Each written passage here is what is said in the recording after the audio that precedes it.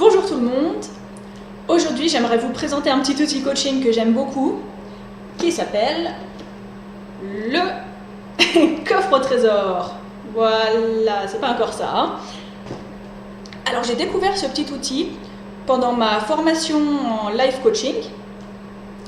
Et j'aime beaucoup cet outil parce que, déjà, c'est un outil créatif, donc c'est ludique. Moi, j'ai adoré faire mon coffre au trésor.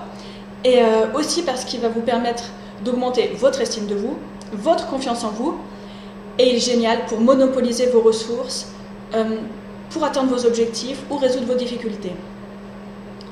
Alors, je vous explique, qu'est-ce que c'est que le coffre au trésor? Le coffre au trésor, pour le réaliser, vous commencez par choisir une boîte, n'importe laquelle, une boîte en carton, une boîte qui vous plaît bien. Moi, je voulais une boîte ronde. Hop, une boîte ronde. C'était une boîte très colorée avec des petits cœurs, c'était une boîte de bonbons du commerce.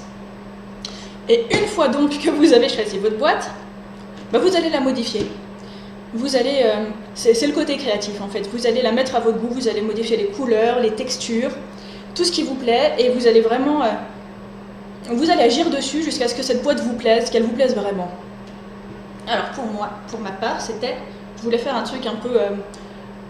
je sais pas, entre la boîte à bijoux et le coffre de pirate, donc voilà, je voulais faire comme si c'était du bois, j'ai mis de la peinture marron, je voulais, hop, richement décoré en or, comme vous le voyez, en or de vernis à ongles, et je l'ai verni, hop là, et précieux, voilà.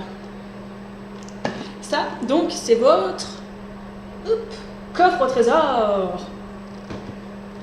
Une fois que vous avez votre coffre au trésor, vous faites plein de petits bouts de papier. Vous faites plein de petits bouts de papier avec toutes vos réussites. Tout ce qui vous vient à l'esprit, que vous avez réussi dans votre vie, vous le mettez sur des petits bouts de papier. Et là, ça devient intéressant, vous allez noter toutes vos réussites, absolument toutes vos réussites. Même les plus petites.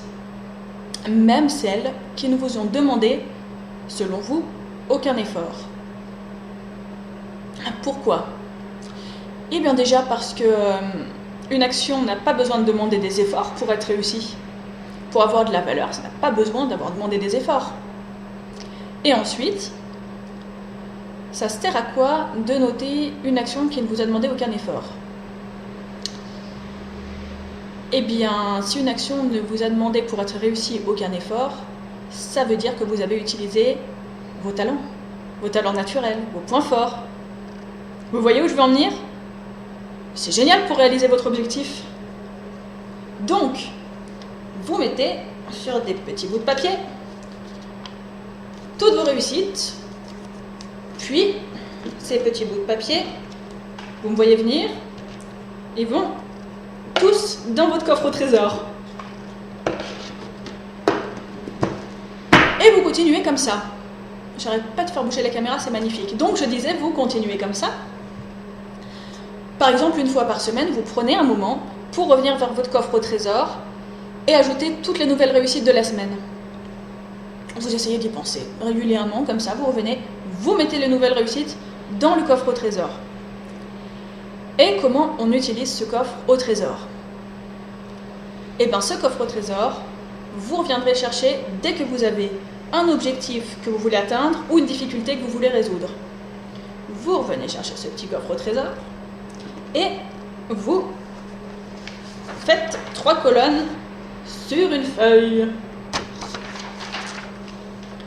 Dans le coffre, vous prenez 10 petits bouts de papier au hasard, donc 10 réussites au hasard du coffre au trésor.